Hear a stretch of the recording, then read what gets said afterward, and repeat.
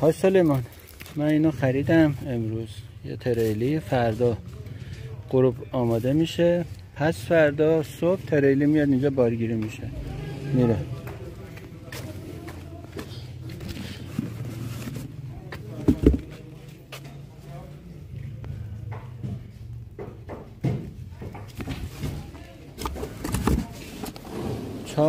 چهار تا مزرعه میاد، یکی اینه، یکی اینه، یکی اونه.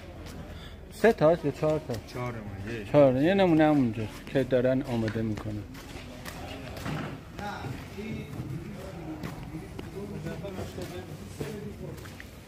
این جبرو دارن.